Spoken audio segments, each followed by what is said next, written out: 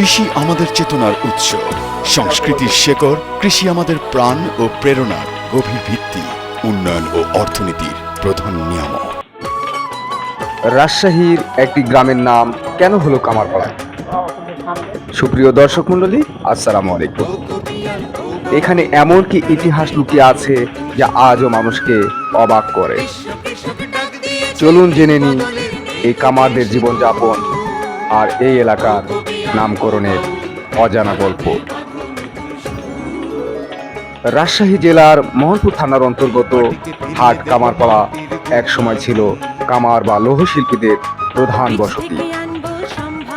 গ্রামের অধিকাংশ মানুষ লোহা দিয়ে কৃষি যন্ত্রপাতি, দা, কোড়াল, ছুরি এবং বিভিন্ন গৃহস্থালী সামগ্রী তৈরি করতেন। কৃষি নির্ভর এই অঞ্চলে কামারদের অবদান ছিল অপরিসীম। ধীরে ধীরে এই এলাকায় অনেক কামার পরিবার বসবাস শুরু করে, ফলে স্থানীয় মানুষ এই এলাকাটিকে কামারপাড়া বলতে শুরু করেন, আর সেখান থেকে নামকরণ হয় কামারপাড়া।